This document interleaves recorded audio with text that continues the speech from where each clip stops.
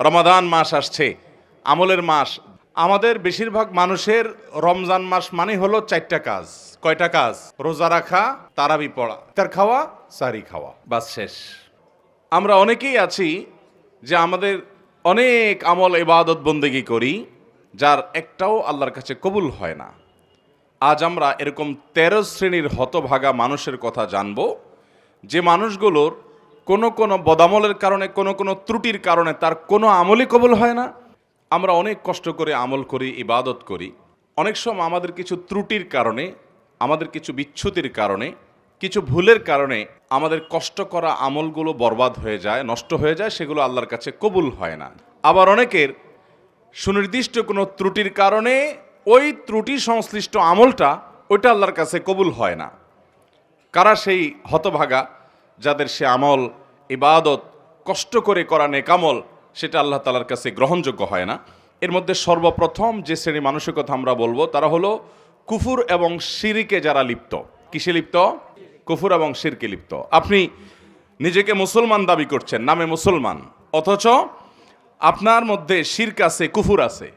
তো এরকম যদি হয়, তাহলে শিরক এবং কুফুরে থাকা ব্যক্তি, এই ব্যক্তি যত নেকামল করুক, সে নিজেকে মুসলমান মনে করছে, হয়তো তিনি 5 ওয়াক্ত নামাজও পড়েন, কিন্তু তার মধ্যে যদি শিরকে আকবর থাকে, কোন শিরিক থাকে, মানে বড় শিরিক, যে শিরকটার কারণে মানুষ ইসলাম থেকে খারিজ হয়ে যায়, তার মধ্যে যদি কুফুরি থাকে, যেটার কারণে মানুষ ইসলাম থেকে খারিজ হয়ে যায়, তাহলে এই ব্যক্তি নিজেকে যত মুসলমান মনে করুক, আমরা সবাই হয়তো মুসলমান তাকে মনে করি, সে হয়তো মসজিদেও আসে, সে হয়তো নামাজও পড়ে, সে হয়তো হজ উমরা করতেও যায়, অথচ তার কোনো আমল, সে নামাজ পড়ুক, রোজা রাখুক, হজ করুক, জাকাত করুক, দান করুক, সাদাকা করুক, তার কোনো আমল আল্লাহর কাছে গ্রহণযোগ্য হয় না। নাম্বার 2, যারা তাকদীরকে অস্বীকার করে। অনেক মানুষ আছে আমাদের সমাজে, দেখবেন আপনি যখন তাকদীরের কথা বলবেন, আপনি যখন ভাগ্যের কথা বলবেন, আপনি যখন আল্লাহর কাজা এবং ফয়সালার কথা বলবেন, যে আল্লাহর হুকুম, আল্লাহর ফয়সালা হয়েছে তাই এমনটি হয়েছে, বা আল্লাহর যা ফয়সালা হবে তাই হবে, এরকম কথা যখন বলেন, অনেক মানুষ আছে দেখবেন এমন মন্তব্য করেন যেন তিনি এই তাকদীর, এর কাজা ফয়সালা এগুলোকে মানে না। আরে রাখ তোর তাকদীর, আমারটা আমি দেখব, আমার ভাগ্য আমাকে নির্ধারণ করতে হবে। নিজের ভাগ্য নিজে নির্ধারণ করার ক্ষমতা পৃথিবীতে কারোর আছে? অথবা তাকদীরকে যদি কেউ অস্বীকার করে, তো সে ব্যক্তি সম্পর্কে নবী করিম সাল্লাল্লাহু আলাইহি সাল্লাম বলেছেন যে তার কোনো প্রকার আমল, সে নফল আমল করুক, ফরজ আমল করুক, শারীরিক আমল করুক, আর আর্থিক ইবাদত করুক, এর কোনোটা কবুল হবে না যদি সে তাকদীরকে কি করে? অস্বীকার। এরপরে 3 নম্বর, যার আমল ইবাদত কবুল হবে না, সে হলো আকুল ওয়ালিদাইন, মা বাবার নাফরমান। এ সম্পর্কে নবী করিম সাল্লাল্লাহু আলাইহি সাল্লামের একটি হাদিস বর্ণিত হয়েছে, যে নবী করিম সাল্লাল্লাহু আলাইহি সাল্লাম কয়েক ব্যক্তি সম্পর্কে বলেছেন যে এই কয়েক শ্রেণীর মানুষ, এদের সালাত কবুল হবে না, এদের নামাজ কবুল হবে না, এদের ইবাদত বন্দেগী কবুল হবে না। এর মধ্যে এক ব্যক্তি হলো মা বাবার নাফরমান। বাবা মার অবাধ্য এবং নাফরমান সন্তান, তার সালাত আল্লাহর কাছে কবুল হয় না, তার নেকামল, তার নামাজ আল্লাহর কাছে কবুল হয় না। এবার নবী করিম সাল্লাল্লাহু আলাইহি সাল্লামের হাদিস বর্ণিত হয়েছে।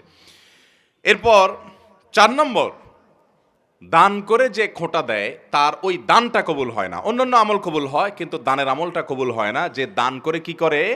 খোঁটা দেয়। আমরা যত মানুষ দান করি, বেশিরভাগ মানুষই দেখবেন, বা একটা বড় অংশ দেখবেন আমাদের সমাজে, যারে দান করছে, বিশেষ করে মানুষের উপকার করলে, এটা আমরা বিভিন্নভাবে ইনিয়ে বিনিয়ে, ইশারা ইঙ্গিতে, ঘুরিয়ে ফিরিয়ে বলার চেষ্টা করি। এই রোগটা আমাদের মধ্যে আছে না নাই? আল্লাহ তাআলা আমাদেরকে ইখলাসের সাথে দান করার তৌফিক দান করুন। রমাদান মাস আসছে, আমলের মাস, দানের মাস। 5 নম্বর, ওই কপাল পোড়া এবং হতভাগা মানুষ যার কোনো আমল ইবাদত কিছুই কবুল হবে না, সে হলো নবী করিম সাল্লাল্লাহু আলাইহি সাল্লামের শহর মদিনায় মুনাওয়ারায় যে হারামে যে ফাসাদ সৃষ্টি করে, ফিতনা সৃষ্টি করে, অশান্তি সৃষ্টি করে, হাঙ্গামা করে, গন্ডগোল ফাসাদ করে। নবী করিম সাল্লাল্লাহু আলাইহি সাল্লামের হাদিস বর্ণিত হয়েছে বিষয়ে সহিহ বুখারীতে, তিনি বলেছেন, এই মদিনা মান আহদাসা ফিহি হাদাসান, এখানে যে ব্যক্তি কোনো দুর্ঘটনা ঘটাবে, আও আওয়া মুহদিসান, অথবা এই মদিনায় কোনো দুর্ঘটনাকারীকে যে ব্যক্তি আশ্রয় দান করবে, ফাআলাইহি লাআনাতুল্লাহ ওয়াল মালাইকাতি ওয়ান নাসি আজমাইন, ওই ব্যক্তির উপর আল্লাহর লানত, ফেরেশতাদের লানত, সমস্ত মানুষের লানত বর্ষিত হয়। এবং লা ইকবালু মিনহু ইয়াউমাল কিয়ামাতি সালাতুন ওয়া সরফুন ওয়ালা আদলুন, কিয়ামতের দিন তার কোনো আমল আল্লাহর কাছে কবুল হবে। মদিনাতে এই এরিয়ার মধ্যে যে ব্যক্তি অশান্তি সৃষ্টি করে, ফাসাদ সৃষ্টি করে, এই ব্যক্তির আমল ইবাদত কিছু কবুল হয় না। নাম্বার 6, দুই ভাই আপন তারা যদি নিজেরা ঝগড়া লিপ্ত হয়, গন্ডগোল ফাসাদ মারামারিতে কাটাকাটিতে লিপ্ত হয়, তো এই দুইজনের ইবাদত কবুল হয় না।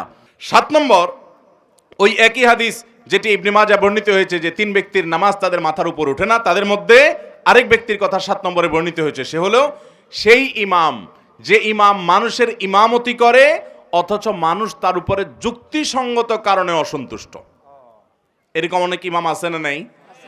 এখানে বড় ইমামতের ইমামও হতে পারে, ছোট ইমামতের ইমামও হতে পারে। বড় ইমামতের ইমাম মানে রাষ্ট্র শাসক শাসন করে, কোন অঞ্চলের শাসন করে, যে কোনো পর্যায়ের শাসক।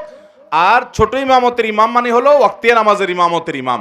যে কোনো ইমাম হোক না কেন, তিনি নেতৃত্ব দিচ্ছেন, তিনি মানুষের নেতা হয়েছেন, তিনি ইমামতি করছেন, অথচ যারা তার পিছনে অনুসরণ করছেন তারা যুক্তিসঙ্গত কারণে তার উপর অসন্তুষ্ট। 8 নম্বর হলেন ওই নারী, যেই নারী রাত্রি যাপন করেছেন অথচ তার স্বামী তার উপরে যৌক্তিক কারণে অসন্তুষ্ট। অযৌক্তিক কারণে স্বামী অসন্তুষ্ট হলে ওইটার কারণে স্ত্রীর আমল ইবাদত কবুল হবে না, ব্যাপারটা সেরকম নয়। যদি যৌক্তিক কারণে তার স্বামী তার উপরে অসন্তুষ্ট থাকে এবং তিনি ওই অবস্থায় তেড়ামি করে রাত পার করে দেন, তাহলে এ আল্লাহর বান্দি তার সালাত তার মাথার উপরে উঠবে না। এটাও ইবনে মাজাহর হাদিসে বর্ণিত আছে। তাহলে 8 নম্বর পেলাম সেই নারী, যে নারী রাত্রি যাপন করেছেন অথচ তার স্বামী তার উপরে যৌক্তিক কারণে অসন্তুষ্ট। এরপর তিরমিজির বর্ণিত হাদিসে আমরা জানি 9 নম্বর শ্রেণী মানুষের কথা যার আমল ইবাদত কবুল হবে না, বিশেষ করে সালাত কবুল হবে না, সে হলো ওই কৃতদাস, যে কৃতদাস সে কোনো ন্যায্য বা শরীয়গ্রাহ্য কারণ ছাড়া যে তার মালিক থেকে ভেগে গেছে। এই ব্যক্তি সম্পর্কে নবী সাল্লাল্লাহু আলাইহি ওয়াসাল্লাম হাদিসে আসছে যে এই ব্যক্তি ফিরে আসা পর্যন্ত হাত্তা ইয়ারজা, তার সালাত তার ইবাদত আল্লাহর কাছে কবুল হয় না। তাহলে 9 নম্বর হলো যে ব্যক্তি তার মালিক থেকে যৌক্তিক কারণ ছাড়া ভেগে গেছে, তার আমল ইবাদত তার সালাত কবুল হয় না। এবং 10 নম্বর হলেন ওই নারী, যেই নারী বাসা থেকে বের হয়েছেন সুগন্ধি মেখে। আজকাল আমাদের অনেক মুসলমান মেয়েরা আছেন, আমাদের অনেক মা বোনরা আছেন যে অনেক পারফিউম ব্যবহার করে, অনেক সুগন্ধিযুক্ত প্রসাধনী ব্যবহার করে তার আশপাশের পুরো পরিবেশটাকে মোহিত করে ফেলছে সুগন্ধি দিয়ে, সেটা ব্যবহার করে তিনি বের হচ্ছেন। এই সুগন্ধি যতজনের নাকে যাচ্ছে তারা ফিতনায় পতিত হচ্ছে, তারা কল্পনার জেনায় লিপ্ত হচ্ছে, তারা গুনাহগার হচ্ছে, সমাজ অস্থিতিশীল হচ্ছে, ফাসাদের দিকে যাচ্ছে। এরকম অনেক মা বোন আমাদের আছেন না নাই? 11 নম্বর ওই ব্যক্তি, যে ব্যক্তি দান করে কিন্তু সে দানটা হারাম টাকা থেকে দান করে। এরকম লোক আমাদের দেশে আছে না নাই? অভাব নাই। মসজিদ মাদ্রাসা ওয়াজ মাহফিলে টাকা দেনেওয়ালা মানুষ হারাম টাকা যারা উপার্জন করে, এদের টাকাগুলো যদি নেওয়া বন্ধ করতো তাহলে মাহফিলগুলোর এত আলো ঝলমল লাইটও থাকতো না। মসজিদ মাদ্রাসা ওয়াজ মাহফিল আমরা যারা করি, এর পরিচালনার সাথে যারা জড়িত, এদের মধ্যে খুব অল্প সংখ্যক মানুষ আছে যে ইসলামটাকে ভালো করে বুঝছে, যার কারণে না বোঝার কারণে তারা মসজিদটাকে চকচকা ফকফকা করার জন্য যে টাকা দেয় হুমড়ি খেয়ে নেয়। যারা হারাম টাকা দান করে তাদের সেই দান আল্লাহ কবুল করবেন, কারণ নবী করিম সাল্লাল্লাহু আলাইহি সাল্লাম বলেছেন ওয়ালা সাদাকাতা মিন গুলুল, আপনি অবৈধ উপার্জন করেছেন সেই টাকা দিয়ে যদি দান করেন সে দান কবুল হবে না। 12 নম্বর হলো ওই মুসল্লি, ওই নামাজি, যে নামাজি ব্যক্তি নামাজ পড়ে পবিত্রতা ঠিক ঠিকানা নাই, পবিত্রতা ঠিক মতো করে না, সুন্দরভাবে করে না। বিশেষ করে শীতের সময় আসলে দেখবেন আমাদের অনেক ভাই আছেন নামাজের জন্য অজু করেন, কিন্তু অজু এত তাড়াহুড়ো করে করেন যে কোনোর এখানে শুকনা থাকে, গোড়ালির ওখানে শুকনা থাকে, আঙ্গুলের চিপায় শুকনা থাকে, কানের লতির এখানে শুকনা থাকে, আসেনি নাই? তো যদি কেউ অজু অপূর্ণাঙ্গ রাখে, শুকনা রাখে বা ভালো করে পবিত্রতা অর্জন না করে, ওই ব্যক্তি ওই অজু নিয়ে নামাজ পড়লে সে নামাজ কবুল হবে না। অন্য আমল কবুল হবে কিন্তু তার নামাজ কবুল হবে না, কারণ নবী করিম সাল্লাল্লাহু আলাইহি সাল্লাম বলেছেন যে লা তুকবালু সালাতুন মিন গায়রি তাহুরিন, পবিত্রতা ছাড়া কোনো নামাজ কবুল হবে না। অতএব ফরজ গোসল ঠিকমতো করতে হবে, অজুটা ঠিকমতো করতে হবে, নাহলে ওই নামাজ কবুল হবে না। 13 নম্বর এবং সর্বশেষ হলো যেই নারী নামাজ পড়ে, প্রাপ্তবয়স্কা নারী, অথচ তার মাথায় ওড়না নাই যেভাবে ওড়না দেওয়া দরকার, অর্থাৎ নামাজের জন্য যতটুকু সতর ঢাকা দরকার ততটুকু যদি ঢাকা না থাকে তাহলে তারও কি হবে না, ওই নামাজ কবুল হবে না। তিরমিজি হাদিসে আসছে নবী করিম সাল্লাল্লাহু আলাইহি সাল্লাম বলেছেন, লা তুকবালু সালাতু হাইদিন ইল্লা বিল খিমার। একজন প্রাপ্তবয়স্কা নারী তিনি খেমার অর্থাৎ ওড়না ছাড়া অর্থাৎ সতর পরিপূর্ণভাবে ঢাকা ছাড়া নামাজ পড়লে নামাজ হবে না। আল্লাহ তাআলা আমাদের সমস্ত আমল ইবাদত কষ্ট করে যেগুলো আমরা করি, এই যে এসে ওয়াজ মাহফিলে আসলেন, কথা শুনলেন, বসলেন, আপনাকে কেউ টাকা পয়সা দিবে এখানে ভাই? নিজের গরজে নিজের খরচে অনেক কষ্ট করে আসলেন, একটু দিনই কথা শুনলেন, এই আমলটা আপনার আমল নামায় যুক্ত হোক, আমি চাই কি চাই না বলেন? তাহলে এই 13 প্রকার হতভাগাদের কোনোটার মধ্যে যেন আমরা সামিল না হই। আমার মধ্যে যেন এই 13টার কোনোটা গুনাহ যেন না থাকে, আমরা সেই চেষ্টা করব তো ইনশাআল্লাহ। আল্লাহ আমাদের সবাইকে সেরকম নেককার, সেরকম আমলওয়ালা, আমার আমলের হেফাজত করনেওয়ালা, এখলাসওয়ালা, নেককার এবং ইমানদার মুত্তাকি মানুষ হওয়ার তৌফিক দান করুন। সবাই চেষ্টা করব তো ইনশাআল্লাহ। আল্লাহ রমজান জুড়ে আমাদেরকে আপনি এমন আমল করার তৌফিক দান করুন যে আমলটা নষ্ট হবে না, যে আমলটা আপনি কবুল করবেন। ভাইরা আমার, আল্লাহ যদি কবুল করে আমলটা ছোট হলেও নাজাতের জন্য যথেষ্ট হয়ে যাবে। আর যদি আল্লাহর কাছে কবুল না হয়, আমলের পাহাড় নিয়ে গেছি, তার কোনো মূল্য, এক সিকি পরিমাণ কোনো মূল্য নাই। অতএব আল্লাহর কাছে আমল যেন কবুল হয় তার জন্য আমাদের চেষ্টা থাকবে তো ইনশাআল্লাহ।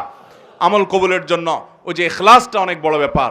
আমাদের নিয়তটা থাকতে হবে খালেস, পদ্ধতিটা থাকতে হবে শুদ্ধ। শুদ্ধ যদি পদ্ধতি হয় আর নিয়ত খাঁটি হয়, আল্লাহর কাছে আমল কবুল হবে। আপনার নিয়তটা খাঁটি, পদ্ধতিটা বেদাতের, সেটা কবুল হবে।